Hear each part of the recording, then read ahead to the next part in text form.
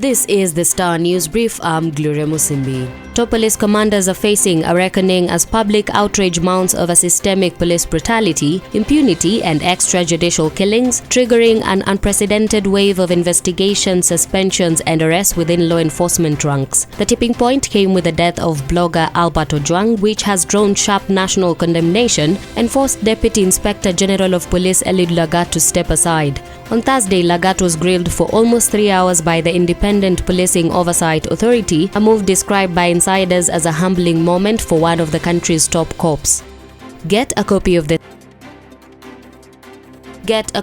Star by subscribing to our e-paper for 40 shillings by logging on to www.mgazzetti.com.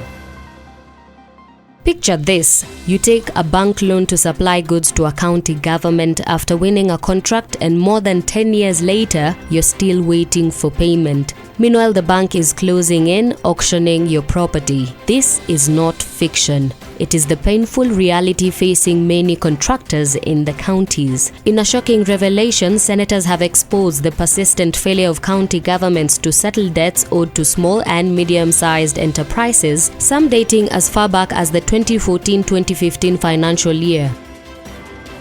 Rogue and brutal county enforcement officers, commonly known as askaris, could soon face stiff penalties if Parliament enacts proposed legislation aimed at curbing their excessive use of force and abuse of power. Senators are considering a law to regulate the conduct of county enforcement officers and prescribe punishments for those who operate with impunity. The move follows growing public outrage over reports of harassment and violence, particularly against traders and hawkers in urban areas.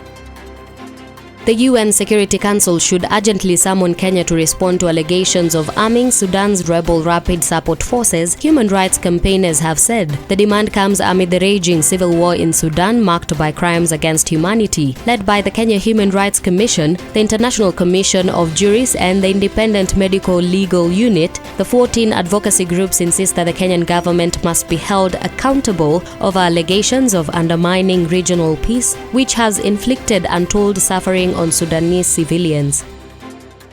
2 police officers suspected of shooting a mask vendor will remain in custody for 15 more days as investigations continue. Clinzy Barasa and Duncan Kiprono will be detained at Capitol Hill Police Station to allow completion of investigations. This follows an agreement between the prosecution and the defense counsel presented before the Milimani Law Courts. The 2 officers who are accused of shooting a 22-year-old face mask vendor along Moi Avenue in Nairobi CBD on Tuesday were formally presented in court on Thursday.